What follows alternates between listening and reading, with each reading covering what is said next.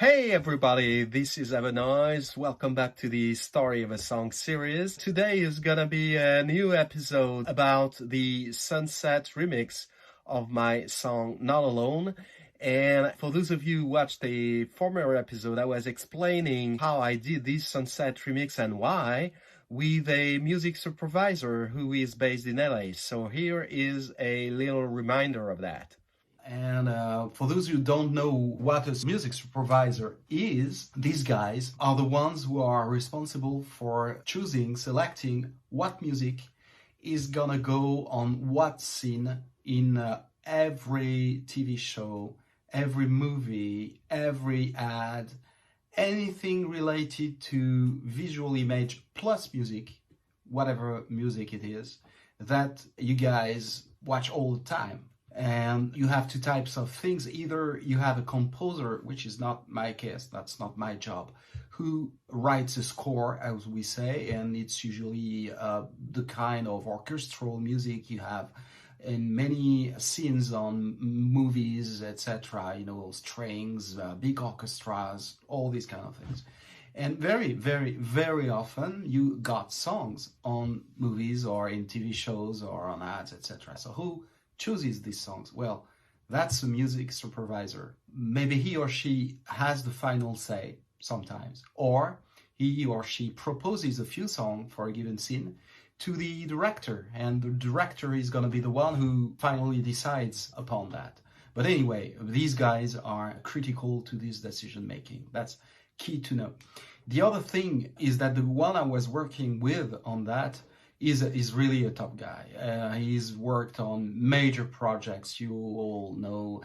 He's done a lot of things, and I was super lucky to be put in touch with him and to have a chance to work on that. And what that work was to pick some of my songs. The challenge was 3 months, 3 songs at the beginning. And actually what he did is that he picked 4 in the end instead of only 3. The work we did is different on each and every song, but with always the same major goal in the end in our minds, which is make sure that these songs which I had already created, produced, written, etc., recorded, and even released for some of them were remixed to better fit this purpose of fitting them to television or to movies, etc. So, as I was telling you, today I'm going to share with you what's different in this Sunset remix compared to the original version of Not Alone. So the very first thing is about the introduction of the song. And as I was also explaining in another episode, this music supervisor instantly understood my music and what I had in mind in creating this kind of music. And he also instantly understood the kind of influences I have, the kind of bands I love, both in the rock genre and also in the field of electronic music. And he was saying it's at the crossroads of these two genres. It's a rock song, yes, but it's having a lot of electronic music in it already. And the first suggestion he made was about the introduction, where I have a specific set of chords played on an organ sound, like an old organ back from the 70s kind of. And he said, hey man, what about changing that into a bass line instead of an organ line? And I was pretty much surprised by that. But I was also interested by that, because his idea was having a bass line doing this in the introduction would even further strengthen and enhance this electro rock mood. You know, and that was very interesting, and it fits well with another aspect of it, which is that there is already one bass in that song, which is a more acoustic type of bass sound, and I didn't want anything to clash with that, and because it's pretty present when it comes into play, not at the very beginning, not in the introduction, but later on. So that's why I chose to have a pure electronic sound for this new bass line in the introduction, which is important because this new bass line is gonna keep playing at the same time as the real bass is there. So I didn't want any of the two to clash with the other. So that's easier to do when you have to different kind of sounds to do that. And the reason why there is this kind of continuity between the introduction and when the bass comes into play is because precisely these chords, which were organ chords at the very beginning, have an important role in the first verse and even in the third verse as well when they come back. And that's why instead of just deleting them from the song at all, removing them, I changed the sound of that as well into another type of synthesizer sound to play a similar type of chord structure.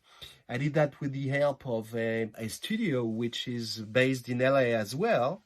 And for those who know, I'm actually located in France. So that's the magic of this current world where you can be anywhere in the world working on music, or you name it, not necessarily only that, but let's say music. And you can collaborate with someone else which is thousands of miles away from you. But technology allows for that to work very easily, and that was just great to do.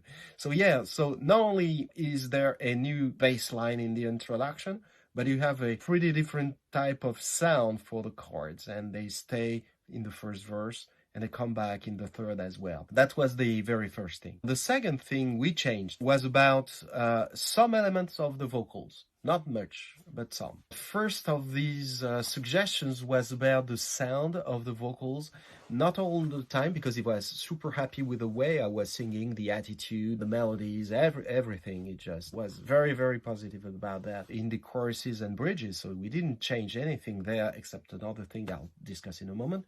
But in the verses, he was suggesting, for the sake of further contrast, and also, you know, these crossroads between electronic music and rock music, why don't we add more effects on the vocals? I was singing a pretty natural sound, although it's with a lot of breath in my voice on the verses, and that's on purpose. And I said, yeah, it's a great idea. Why not? So we were thinking what could fit that and found out it could be a mix of a kind of a megaphone type of effect and also a vocoder. So we did that. But actually what happens is that if you put too much effect on these vocals in this song, in the verses, then you blur the lyrics too much and they become hard to understand. So in order for them to stay legible, so to say, what we did is that we just added that in the background. We kept my voice, as in the original song, in the forefront of the verses, and simply added a bit of effects, a mix of vocoder and megaphone effects in the background. You have to pay attention to hear the difference in the two versions, but it's there. It's at a lot of depth, actually. Not meant to be noticed, but at a subliminal level, there is more depth to the verses thanks to that, and that was a great idea. The other thing we changed about the vocals, I was hinting to that earlier, are actually only 2 words in the bridges. And again, it's because all the purpose of all of this is to better fit the song to use for movie or television. And you never know what kind of scene the song is gonna be matched to, either as a background music or just the scene ends and you have a song to transition with something else. So as you never know, you have to make sure the words you are using could fit as many potential uses as you want. And some words are stronger than others, which is a good thing, by the way. But at the same time, they may clash more easily with a given scene in a given movie or a series on television, whatever. And one of these words is kill. And I was using it twice in the song, at the same places in the 2 bridges, actually. Once in the first bridge, in the original version, I was saying, let's kill these fiends. And the second time is in the second bridge where I say, let's kill our past. And that's because this song is all about positivity. It's all about helping each other. And it's all about moving forward. And therefore, setting aside anything that could hinder us, drag us down. And fiends are the kind of demons that hinder us all the time, and we bear them within us, within ourselves maybe. And those are the ones that prevent us from being positive, moving forward. And at the same time, looking back to your past is a good thing, but if you do that too much, you'll never move forward as well. So that's why I was using that. So I just changed that and resung the bridges just due to that. And that's why in this new version, you have repel these fiends and you have forget our past. It's just exact same meaning, but I avoid this word which might clash on some scenes. And the last thing about a change we made to the song is also about the end choruses. The choruses are the rock part of the songs. That's where you have rock guitars, etc. And he was saying, let's emphasize that. And he understood also one of my influences in the rock field, like bands like Muse, like Radiohead, all these bands. And he said, well, could we have a quick kind of strung chords, very fast kind of rhythm, as if it were strings? You know, in some orchestras, you have strings playing what we call staccato. It's very quick playing on the archer. Yeah, you can do that with a rock guitar as well, just strumming the chords pretty fast. And we tried that, and it's just brilliant. It was a great idea.